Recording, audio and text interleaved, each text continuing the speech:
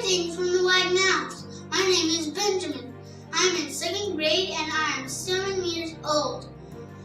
I live in Nairobi, Kenya with my family. Hi, my name is Ezra and I am almost 5 years old. My daddy's name is Joe and he is really old. My mommy's name is Esther and she is pregnant. My baby sister's name is Kezia and she is 2 years old. For the past 3 years, we've had the privilege of living in Kenya and working with Africa Inland Mission. In July of 2011, we said goodbye to family and friends and headed to Africa. At that time, we were excited to be headed to Kenya, confident in God's calling and leading to move halfway around the world. However, we were unsure of many of the details of work, life, family, friends, school, church, ministry, and all that would be involved in living in Kenya. It's now September of 2014, and as we reflect and prepare to return to the United States for home assignment, we can now see how many of the details have come into sharp focus. During our time in Nairobi, we have seen how God is at work in mighty ways on the continent of Africa. We have seen a country split in two by civil war with hundreds of thousands of refugees. But then we have seen the compassion of believers coming to minister to the physical needs of these refugees. We have seen the spiritual darkness of many of the refugees and their lack of opportunity to hear the gospel of Jesus Christ. And then we have seen God raise up evangelists to witness to the refugees, with thousands coming to Christ. We have seen dear friends say goodbye and move to a different city, but then we have seen how God has multiplied His work for His purpose and His glory. We have seen strife and heartache within the missionary community, but then we have seen how God continually sustains throughout the good times and the bad times. We have seen close friends and co-workers burn out, become discouraged, and leave the ministry. But then we have seen God provide strength and wisdom to fulfill the short-staffed positions. We have seen human mistakes and failings in the operation and maintenance of aircraft. But then we have seen God's hand providing protection, preserving both lives and equipment. We have seen an immense amount of work and faced many hurdles complying with government regulations and agencies. But then we have seen favor from inspecting officials as God works in His mysterious ways. We have seen true poverty in the lives of our Kenyan friends and their daily struggle to provide even food, shelter, and clothing for their families. But then we have been humbled at their joyful responses and total reliance on God. We have seen corruption and idolatry in the most perverse manner in all areas of life in Kenya. But then we have seen how God is still changing the hearts and the lives of those that have truly trusted in Him. This time has really brought Proverbs 3:5-6 to life for us. Trust in the Lord with all your heart, and do not rely on your own understanding. Acknowledge Him in all your ways, and He will make your paths straight.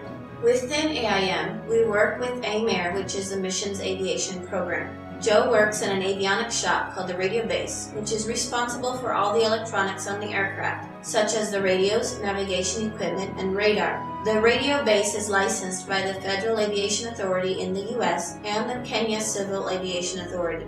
For the most part, Joe works an 8-to-5 job Monday through Friday, performing maintenance and doing paperwork in AIR's hangar. Occasionally, he will have to work on a weekend or travel to work at a remote location. This year, he went to Liberia in West Africa to work on some aircraft for Samaritan's Purse and to Lokochogio in northern Kenya to help set up a solar system for one of our pilots. Benjamin was able to go with Joe to Lokochogio and was very excited to have daddy time and be daddy's big helper. In addition to working on and maintaining the aircraft, Radio Base also provides general electronic repair services for the missionaries in East Africa. I've worked on and fixed a variety of equipment from microwaves, blenders, TVs, fans, and other household appliances to sound systems and projectors used by missionaries in the bush to show the Jesus film. I am thankful for AIR's organizational structure, which allows and even encourages ministry outside of the hangar. I've been able to build relationships with the Kenyan staff I work with, which has grown to areas of discipleship and spiritual enrichment. It has been a blessing to see the Lord work in the lives of these young men to desire to become more like Christ, to be spiritual leaders in their homes, and to be examples in their communities. We have also had the opportunity to be involved in a Kenyan church in Kisumu. Kisumu is about a 6-hour drive northeast of Nairobi on the shores of Lake Victoria. The location is not ideal, but we've been blessed to get to know the pastor and his family, preach in his church, and lead the annual marriage retreat for the last 2 years. Of the two of us, though, Esther has the hardest job. She is a mother, wife, homemaker, school teacher, prayer warrior, housing coordinator, Sunday school teacher, and a friend to our Kenyan neighbors. Living in Nairobi has provided some unique challenges, and especially in regards to shopping, preparing meals, running errands, taking kids to doctor's appointments, and dealing with the constant traffic regardless of destination.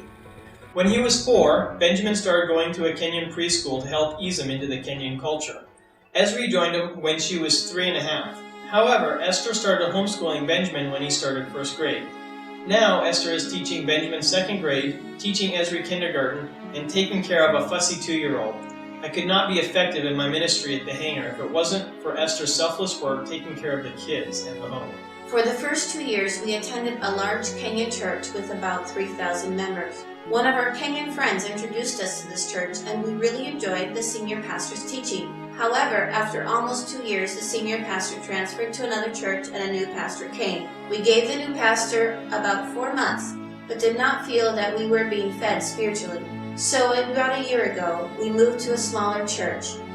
I've been able to help teach Sunday school and have enjoyed getting to know some of the other missionary families.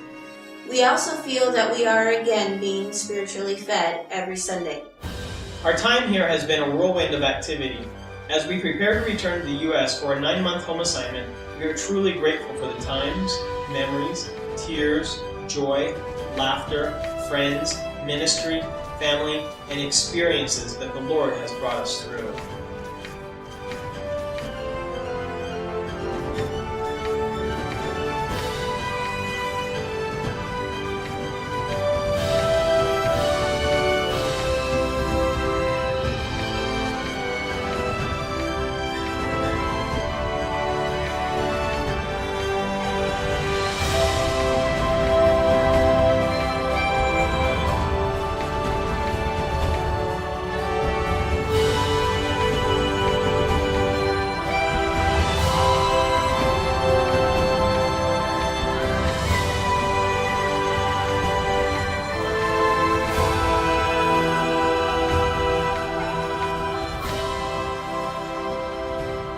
We have been blessed to be able to serve here in Nairobi and with AIM-AIR. Thank you for your prayers and your financial support. Now to the eternal King, immortal, invisible, the only God, be honor and glory forever and ever. Amen. 1 Timothy 1:17.